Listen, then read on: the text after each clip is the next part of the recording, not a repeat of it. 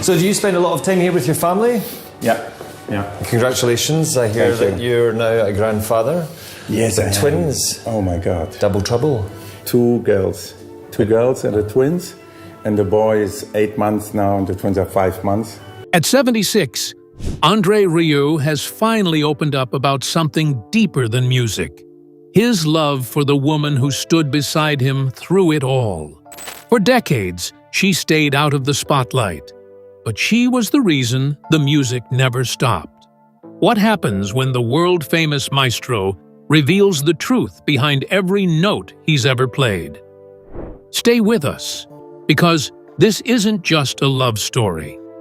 It's the secret legacy behind one of music's greatest lives. The woman behind the maestro. For over half a century, André Rieu has enchanted the world with sweeping violins, royal stages, and grand waltzes that swirl like something out of a dream. But behind the dazzling concerts, the elegant tuxedos, and the standing ovations was someone else. Someone the spotlight never caught. Her name is André Rieu. She was never part of the orchestra, but she shaped every note. She didn't take the bow, but she made sure the curtain rose. For decades, while millions saw the showman, Marjorie saw the man. And now at 76, André is finally opening up about the one person who made it all possible. In a rare and emotional moment, he said simply, "She was the heart of it all." This isn't just a love story, it's the blueprint of a legacy. Because while André Rieu became a household name across continents, selling out arenas and redefining classical music, the foundation was built at home by a woman who stayed behind the scenes. Marjorie didn't need applause. She never chased cameras. What she gave André wasn't publicity or production, it was peace. A grounded life. A true partnership. While the world called him a genius, she reminded him to eat, to sleep, to breathe. She was the steady hand behind the showman's magic. To understand André's music, the passion, the soul, the romance, you have to understand who gave him the space to create it. And that begins not on a stage, but on a quiet street in Maastricht, where a young dreamer met the woman who would become his compass. When André met Marjorie long before André Rieu became the waltz king, he was just a music student in Maastricht, ambitious, emotional, endlessly restless. His head was full of melodies and visions of grandeur. He wanted to change the world with music, but he didn't yet know how. Then he met Marjorie. She wasn't dazzled by his charm or caught up in his dreams. She was calm, bookish, grounded, a thinker more than a performer. Where André burned with fire, she carried quiet strength. Their worlds were different, but something clicked, something immediate. They shared long walks under the trees, talks that spilled into the night, and a love for the arts that went far beyond the stage. We saw the world from different windows, André recalled, but we always looked out together. It was never about fancy dates or grand declarations. Their love formed slowly, through conversation, curiosity, and mutual respect. Marjorie challenged him, not just musically, but mentally. She asked tough questions. She made him consider things he never had. And in her, André found not only love, but direction. He was used to dreaming. She helped him build. And when the first fragile idea of creating his own orchestra began to take shape, it was Marjorie who saw the road ahead, long before anyone else did. More than a wife, the architect of the dream. When André Rieu launched the Johann Strauss Orchestra, the world saw a visionary with a bow in his hand and stars in his eyes. But what they didn't see, what they still rarely see, is the woman who was mapping the logistics, managing the finances, and solving the problems that came with every performance. That woman was Marjorie. She wasn't just supportive. She was strategic. She co-wrote scripts.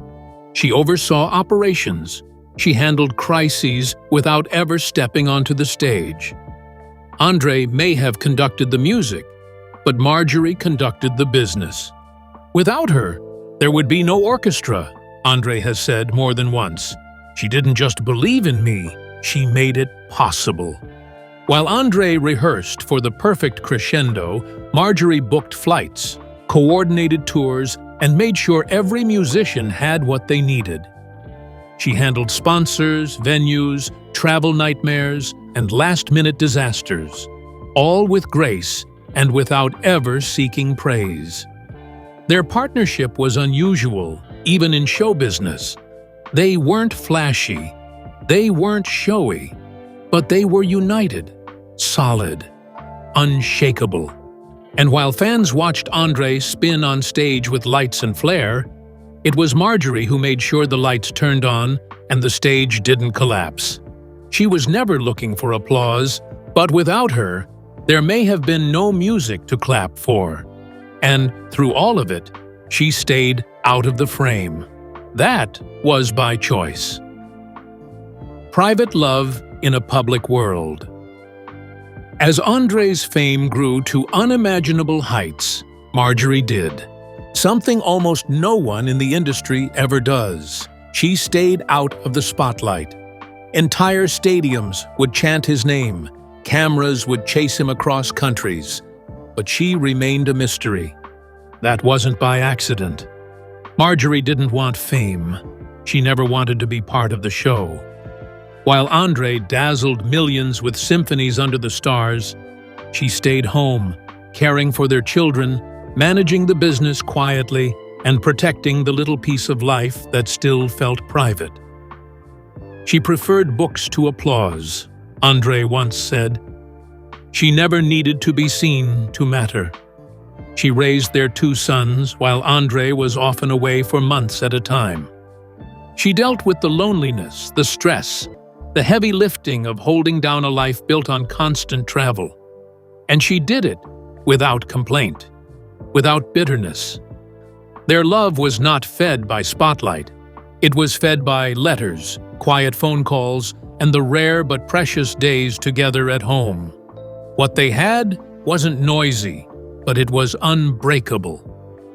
Marjorie's decision to stay in the background gave André something most celebrities lose: a sanctuary. But even the strongest need support when the music stops. And in 2010, André nearly lost everything, including his health. She kept me standing. The collapse came suddenly. It was 2010. André was in the middle of a packed tour when something changed. Dizzy spells, vertigo, exhaustion. His body was shutting down, and no one knew why. The pressure was unbearable. Canceling shows meant millions lost. The media was circling. The crew was panicking. And André couldn't even stand up. That's when Marjorie stepped in, not with panic, but with poise. She took control, calmly managing the entire operation. She canceled appearances, protected the brand, and reassured the staff. While André lay in bed, disoriented and scared, she held the entire empire together. "She saved me," he would later confess. "Not just my career, my life." She nursed him at home. She shielded him from stress. She made the impossible decision to slow everything down, even when money was on the line. And she did it all while remaining invisible to the world. That moment changed something in André. He'd always known she was strong, but now he saw her as the reason he'd made it this far, as the reason he could keep going. And after he recovered, he wrote a letter he never sent, not until years later, when it would resurface and reveal a truth even deeper than his music. The letter he never sent until now. After André's health scare in 2010, something inside him shifted. He was always emotional, always open with his audience. But this was different. For the first time in his life, he came face to face with what it meant to lose everything. Not the fame, not the fortune, but the time, the connection, her. So he sat down, alone, and wrote a letter. It wasn't meant for the public. It wasn't even meant for that moment. It was the kind of letter you write when you think the end might be close. In it, he poured everything he had never said out loud. "If this is my final tour," he wrote, "know that every note was for you." He called her the melody behind my music, not the muse, the melody, the very structure, the sound, the meaning. But the letter was never sent. He folded it away and hid it inside a drawer at their castle in Maastricht. For years, it stayed there, until their son, Pierre, found it while going through old boxes. He read it once, quietly. Then, with tears in his eyes, he told his father, "You should share this. People need to know." It took André a long time to agree. He's always been theatrical on stage, but deeply private when it comes to Marjorie. Still, he knew Pierre was right. The world had heard his music, but not the truth behind it. So finally, more than a decade after writing it, André shared the letter in a recent documentary. His voice trembled as he read the final line, "You never asked for anything, but I owe you everything." And with that, a new side of the maestro was revealed. Not the performer, but the man who built a symphony around the woman he loved. But as we look back on what he gave her, we must also see what she gave up. Her silent sacrifices. André Rieu never wanted the spotlight, but she gave her entire life to the man who lived in it. Before André became a global sensation, Marjorie was on her own path. A scholar, a writer, a thinker with big dreams and a quiet fire. She had ambitions that stretched beyond marriage and music, but slowly, silently, she folded them away. Not because she was weak, not because she was told to, but because she believed in something bigger, building a life that mattered together. While André toured the world, Marjorie stayed back, juggling the home, managing their sons, and running a complex business most people don't even know she built. She gave up personal recognition so that André could shine. She held it all together, year after year, continent after continent. "I regret how often I took that for granted," André admitted recently, with visible emotion. "She didn't just make my life easier, she made it possible." There were missed birthdays, lonely nights, letters written across oceans. While fans screamed his name, she sat at the kitchen table planning the next season's budget or helping her son with homework. No one applauded. No one noticed. But that's how Marjorie wanted it. Still, as André reflects now, he sees the trade-offs more clearly than ever. The world knows his name, but it was her effort, her endurance and her quiet brilliance that kept it from falling apart. And of all the things they built together, one place came to symbolize their story more than any other. The castle built on love. It looks like a dream, a 16th century castle in Maastricht, with ivy-covered walls, grand halls, and a piano echoing through the stone corridors. To many, it seems like the perfect home for a musical king. But for André and Marjorie, it's more than that. It's a time capsule, a memory, a monument to where it all began. That castle was once a place where André took piano lessons as a child. It had faded into disrepair, almost forgotten, Until one day, he told Marjorie he wanted to buy it, not as a trophy, but as a tribute, a return. Marjorie could have said no. The cost, the work, the responsibility. But she didn't. She saw what it meant to him. And more importantly, she saw what it could be for them. She managed the restoration, chose the furniture, hired the staff. She designed the interiors not for guests or press tours, but for peace. She made it feel like home, André once said. Not just a house, a place where we could stop running. The castle became their sanctuary, a place of slow mornings, long walks, and family dinners without cameras. Within those walls, they weren't conductor and manager. They were just husband and wife, partners, parents, soulmates. And though Marjorie helped craft concert tours and organize complex productions, she always returned to the same truth. The world could wait. Her love wasn't in the glitter of the stage. It was in the life they built behind it. And that's why, when André asked her to share that world on stage, she refused.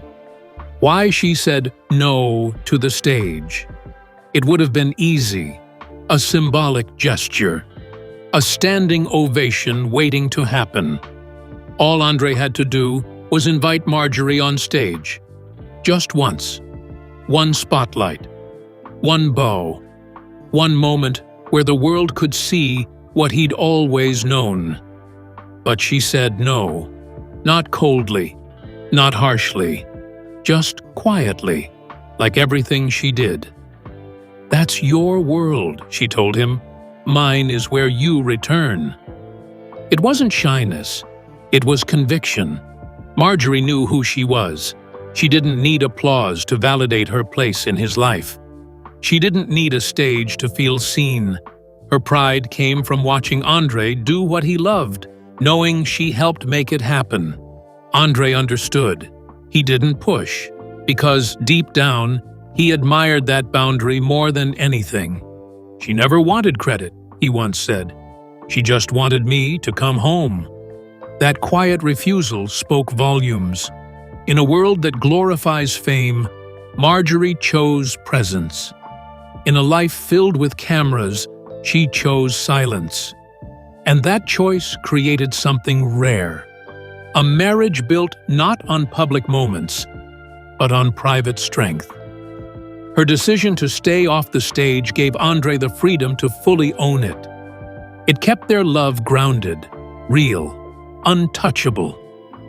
But for their son, Pierre, growing up in the shadow of such fame came with its own challenges. And it was Marjorie, once again, who anchored the family. Raising a son, while the world watched his father, Pierre Rieu was born into a world already moving at the speed of sound. While most children grew up watching their parents come home at 6, Pierre watched his father leave for 6 months at a time. Airports became routine. Time zones separated birthdays. The name Papa was known, but not always present. But through it all, Marjorie was there. She didn't just raise him, she raised a life around him. While André was captivating audiences in Vienna, Paris, Tokyo, Marjorie was making lunch, driving to school, helping with homework, and answering questions like, "When will Dad be back?" Pierre has since said, she was the foundation beneath both of us. She protected him, not just from the loneliness of absence, but from the pressure of legacy. She never made him feel like he had to follow in André's footsteps. She made sure he knew he was enough on his own. And as Pierre grew older, he began to understand the full scale of what his mother had done. The late nights, the sacrifices, the quiet, strength. Now an integral part of his father's business, Pierre often reflects on how Marjorie was the true conductor of their family. While the world watched his father, he watched his mother. And what he saw wasn't fame or fortune, It was devotion. And when André's health faltered again, this time more seriously, Marjorie made a choice that changed everything. The illness that changed everything. It happened again, this time in Mexico. Years after his first health collapse, André Rieu found himself backstage, lightheaded, trembling, breath shallow. The lights were too bright, the stage too far, the music too heavy. He was supposed to walk out and deliver another show to a roaring crowd, but he couldn't move. Not this time. Marjorie was there. André leaned toward her, pale and shaking, and whispered something he hadn't said before. "I don't think I can do this again." She didn't panic. She didn't flinch. She looked at him, really looked, and answered with the gentlest strength, "Then don't. Come home." And just like that, the answer was simple. After years of pushing through illness, airports, and obligations, André saw something he hadn't allowed himself to admit. He was tired, and Marjorie, as always, gave him permission to be human. For the first time, he considered a life without touring. No more endless hotels, no more 4 a.m. flights, no more pretending his body wasn't breaking down. Just quiet, just home, just her. The decision wasn't easy. The orchestra depended on him. The fans adored him. But as he sat in a hotel room in Mexico, recovering from yet another physical collapse, he knew what truly mattered wasn't out there on stage. It was the woman who had carried him through every fall. Marjorie didn't ask him to stop. She didn't give ultimatums. She simply reminded him of something he had forgotten. He didn't have to prove anything anymore. He already had the greatest success a man could ask for. And she was sitting beside him. But as the tours slowed and the music softened, André began to look back, not at the crowd, but at the woman who had stood in the wings all these years. And he started to see the legacy she helped him build. Differently. A different kind of legacy. For most of his career, André Rieu thought legacy meant music, albums, concerts, statues, a name that would outlive him in gold lettering on theater walls.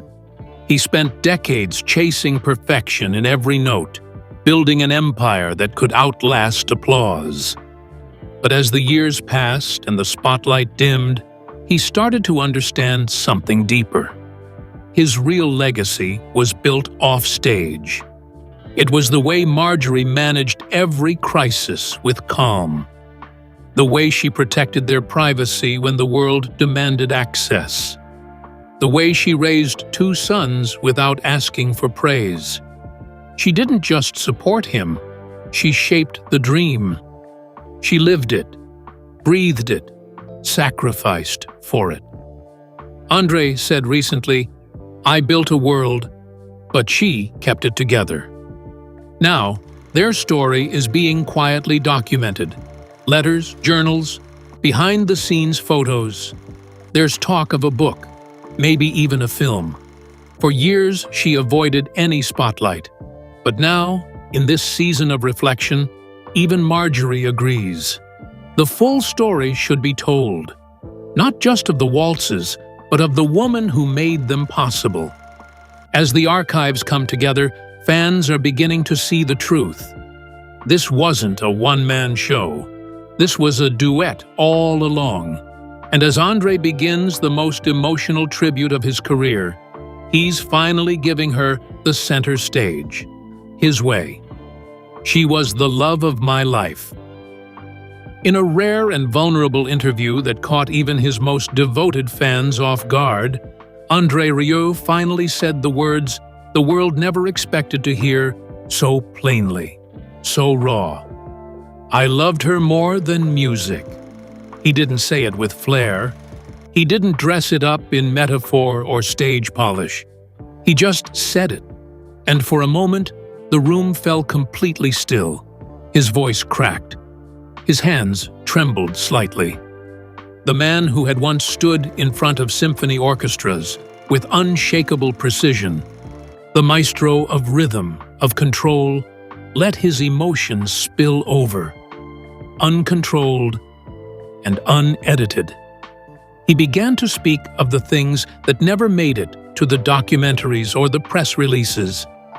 The mornings with Marjorie before the world woke up, when it was just the two of them at the kitchen table, sipping coffee from chipped mugs, laughing at the headlines, or sharing a crossword puzzle. He talked about the quiet joy of Sunday afternoons, the kind filled not with concerts or cameras, but with walks in the garden, shared silences, or music played just for her on the old grand piano by the window. He spoke of the arguments too, the small ones, the meaningful ones, the ones that ended with a hand on the shoulder or fingers intertwined under the table. Because real love doesn't avoid conflict, it endures it, grows through it. And then came the line that stayed with everyone. "She never asked for the spotlight," he said, voice soft but steady. "Only for me to come home safe." That was Marjorie. Always. Their love story was never about performance. It was about presence. It wasn't about big moments. It was about the 1,000 tiny ones that no one else saw. The sound of her footsteps echoing through the castle. The smell of her perfume lingering in the hall. The way her eyes lit up when he played her favorite piece without being asked. And slowly, that presence has started to echo in André's music. In recent concerts, something has changed. His orchestra has noticed it. So have his most loyal fans. The way certain melodies stretch a little longer. The way his bow lingers in the air, holding on to the final note as if reluctant to let it go. The softness that creeps into the waltzes. Like someone playing not to impress, but to remember. He doesn't explain it. He never announces it. But there are whispered dedications now, unspoken acknowledgments, woven into encores, tucked gently between the crescendos. Some musicians say they've seen tears in his eyes during the final measures. Others say they've felt it, an ache, a warmth, something sacred in the room. Those moments are for her, for the woman who shaped the man, who never stood on stage, but who made the music possible. André never wanted to turn their love into a performance. But now, as age settles in and memories begin to blur, he lets their story echo through his art. Not for spectacle, not for applause, but for truth, for her. Each note he plays now carries a weight it never did before.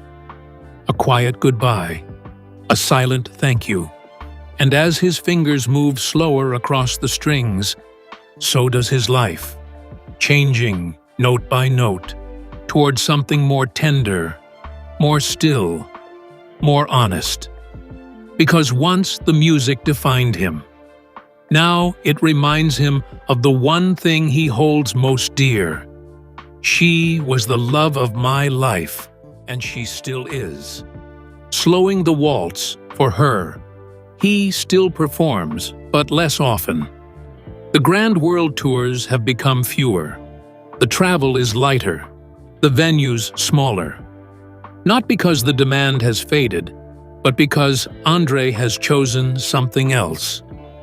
Time. Time with her.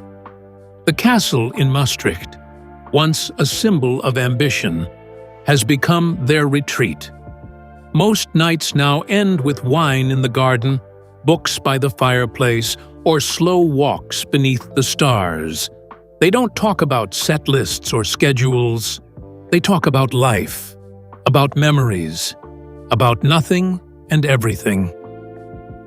"We used to dance around the world," André said, Now we dance in the kitchen. The simplicity is what he craves now. Bread still warm from the oven. Music played not for thousands, but for two. A small moment of laughter shared over morning tea.